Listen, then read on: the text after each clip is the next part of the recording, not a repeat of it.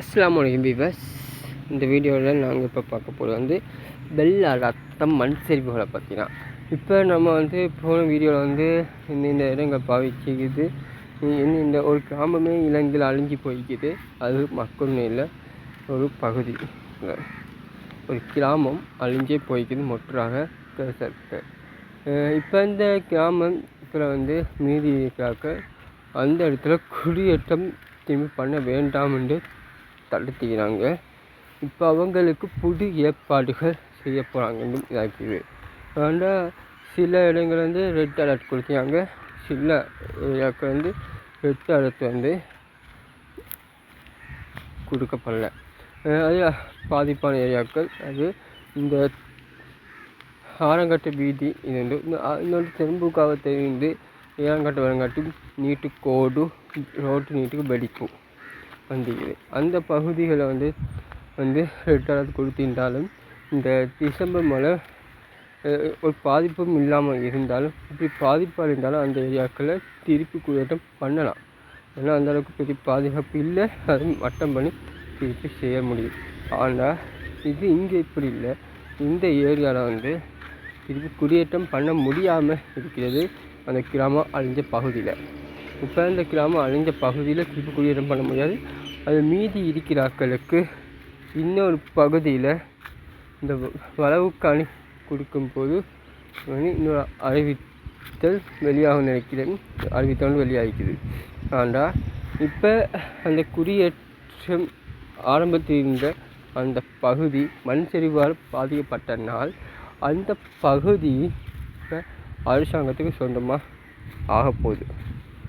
இப்போ இந்த ஆறாங்கட்ட பகுதியில் வந்து பெரிய அளவில் பாதிப்பு ஒன்று வரப்போகுது என்றும் இன்னொரு தகவல் வந்துக்குது.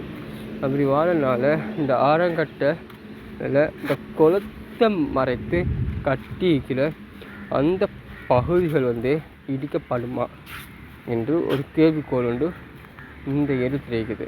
பார்க்கலாம் அடுத்த வீடியோக்களில் என்ன மாதிரி விஷயங்கள் வந்து பரவலாக வந்து கொண்டிருக்குன்னு பார்ப்போம்.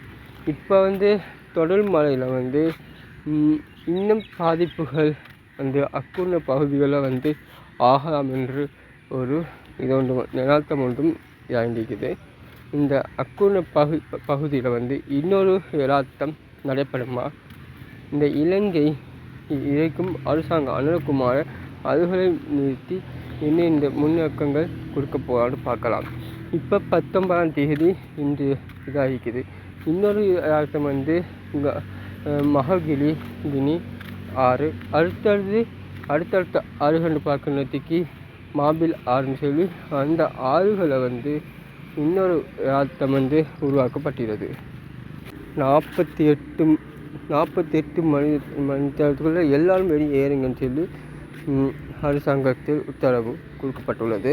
அது மட்டும் இல்லாமல் இந்த 36 இதுதான் இன்னும் மிச்சம் இருக்குது. இந்த 19ஆம் தேதியோடு அடுத்த 20ஆம் தேதி தான் என்ன நடக்க போகுதுன்னு பார்க்கலாம்.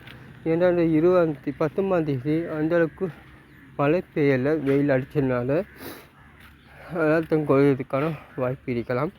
நாளைக்கு 20ஆம் தேதி அந்த நாள் காலத்துக்குன்னா அதுக்கு அடுத்தது டிசம்பர் ஜனவரி தொடங்க இந்த மாதிரி 10 நாட்களே மட்டுமே உள்ளது.